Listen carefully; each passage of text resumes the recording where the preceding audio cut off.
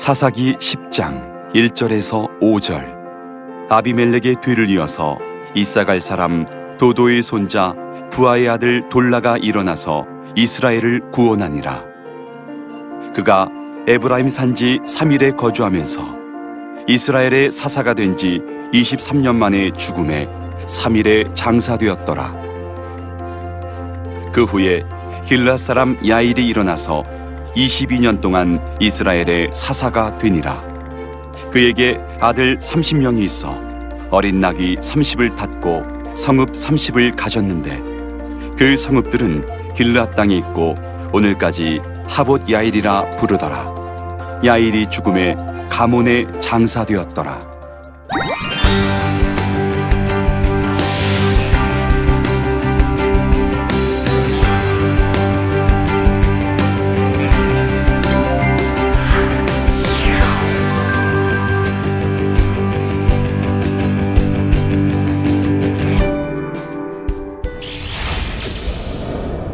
안녕하세요. 생명의 빛 광성교회 이춘태 목사입니다.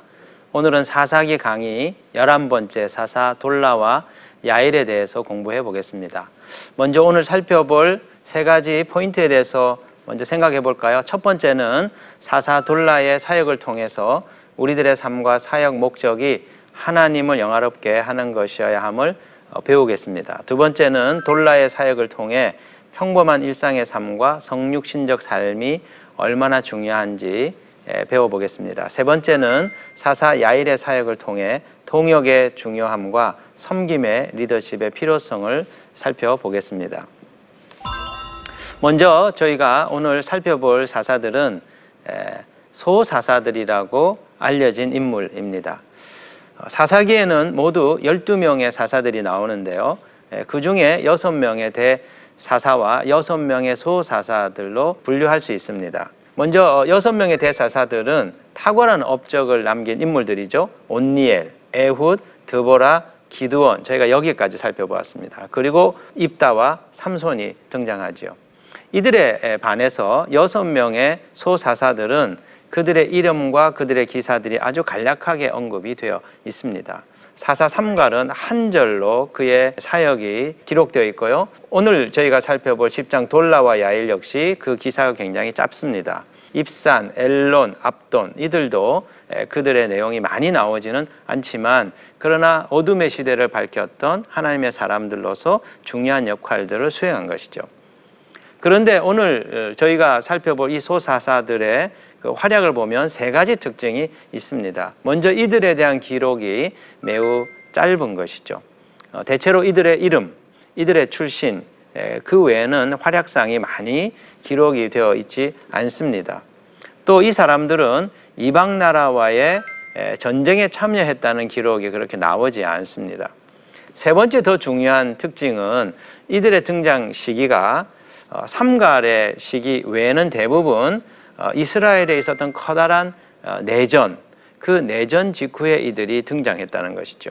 3갈은 사사 에훗의 80년 통치 그 후반기에 등장을 해서 오랜 평화 시기 후에 그가 활동했다는 것을 알 수 있지만 대부분의 소사사들은 내전이 있은 이후에 그 나라의 혼란함을 이렇게 재건하는 사명을 부여받았던 것 같습니다. 자, 먼저 오늘 이 사사 돌라에 대해서 생각해 보겠는데요.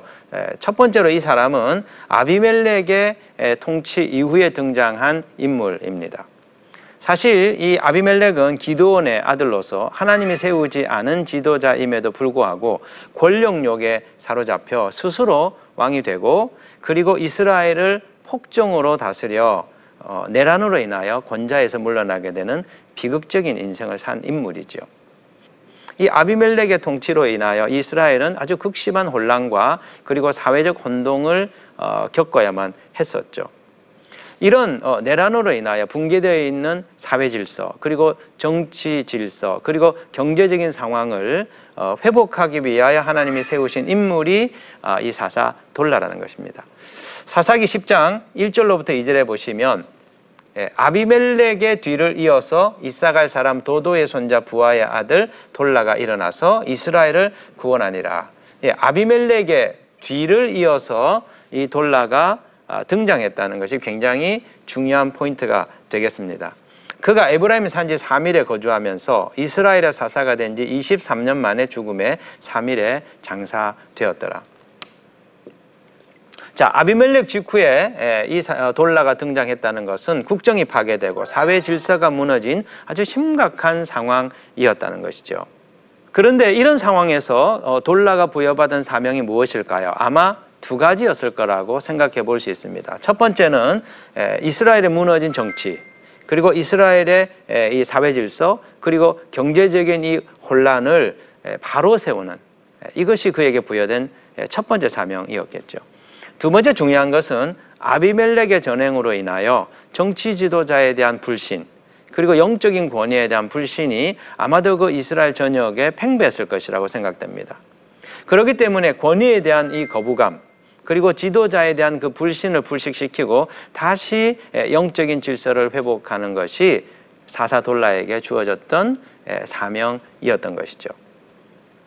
그런데 돌라는 이 임무를 어떻게 수행했을까요? 오늘 이 본문에 보면 돌라가 이 사명을 제대로 완수했다는 것을 우리에게 보여줍니다.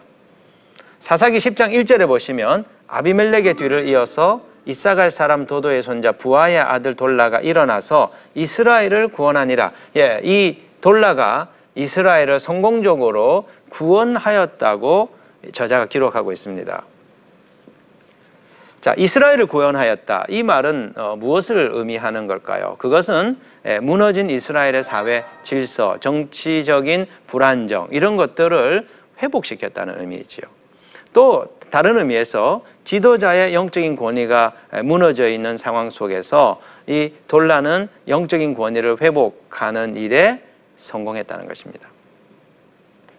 그런데 오늘 이 본문을 우리가 살펴볼 때 이상한 점이 하나 있습니다. 그것이 무엇이냐면 그가 이스라엘을 구원하는 일에 성공하였는데 어떻게 그 일을 이루었는지 그 방법이 나와 있지 않습니다. 구체적으로 그가 어떻게 사회 질서를 정상화시키고, 그리고 그 이스라엘 국가가 하나님의 사명을 수행하는 이게 택함 받은 민족으로서의 그들의 정체성을 어떻게 이 사사돌라가 세웠는지 본문에 정확하게 기록이 나와 있지 않습니다.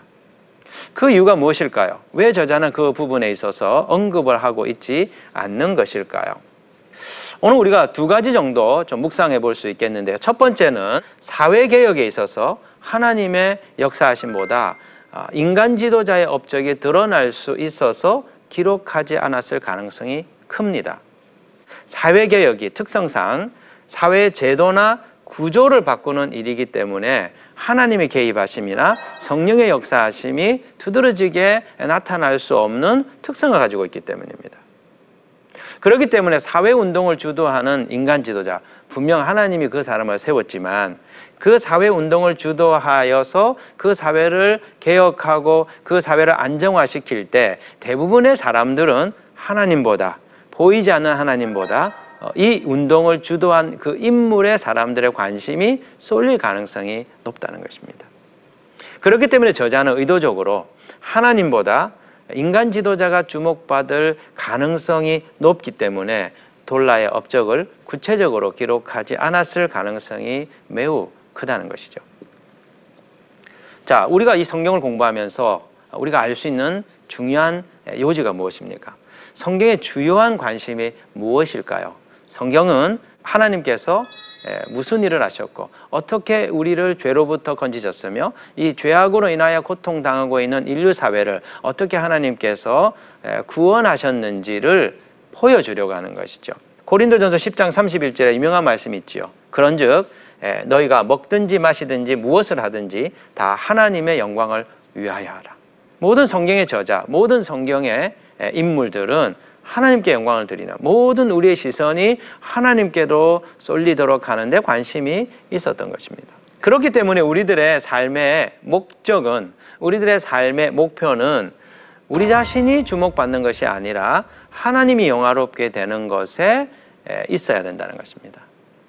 요한복음 3장 30절에 나와 있는 세례 요한의 고백을 잘 아시죠? 예수님이 등장하시고 그리고 많은 대중들의 인기를 끌게 되었을 때 그의 제자들이 자신의 스승인 세례 요한에게 와서 이 문제에 대하여 얘기를 하죠. 그때 세례 요한이 그의 제자들에게 한 유명한 말입니다. 그는 흥하여야 하겠고 나는 쇠하여야 하리라. 이것이 주님의 일을 하는 하나님의 사역자의 삶의 태도입니다.